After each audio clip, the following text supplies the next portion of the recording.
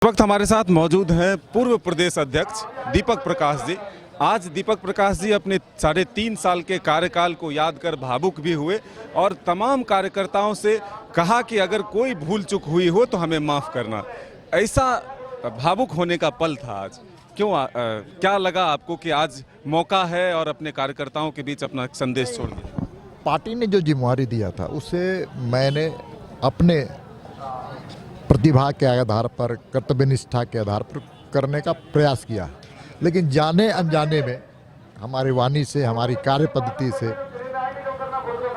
किसी के मन को, किसी के दिल को तकलीफ हुआ तो उसके लिए माफ़ी मांगना आज के दिन मेरे लिए सौभाग्यशाली दिन था और हमने माफ़ी मांगने का काम किया। लेकिन सच है कि जो हुआ वो पार्टी के कार्यकर्ताओं के कारण हुआ, जो नहीं हुआ वो दीपक प्रकाश के कारण नहीं हुआ। एक महत्वपूर्ण सवाल ये भी है कि आप बता रहे थे, अपने पुराने दिन की बात याद कर रहे थे कि जब आप पार्टी के कार्यक्रम से या फिर काम से जाते थे तो ईंट पर भी सोना पड़ता था।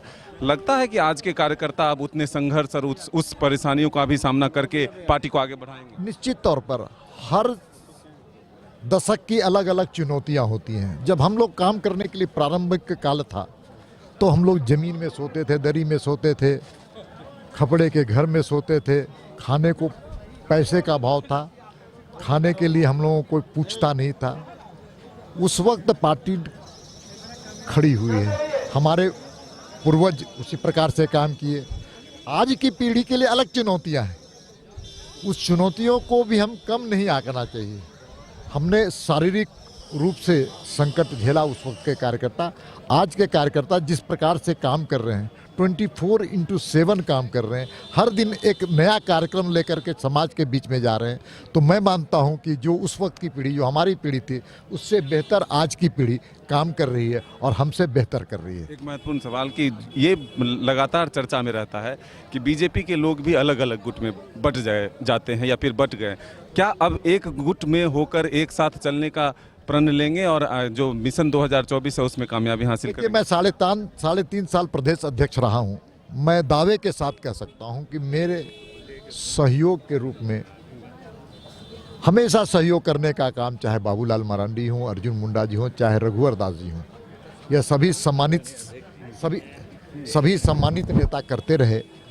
और कोई भारतीय जनता पार्टी एकमात्र देश में, झारखंड में ऐसी पार्टी है जिसका कोई गुट नहीं है, निर्गुट पार्टी है और सबका एक ही लक्ष्य है, भारत को परम वैभवशाली बनाना, झारखंड को विकसित बनाना, झारखंड को समृद्धशाली बनाना, यहाँ के रोजगार, नौजवानों को रोजगार कैसे मिले ये संकल्प, महिलाओं का शोषण ना हो इसका प्रयास और विकसित झारखंड के लिए लक्ष्य है।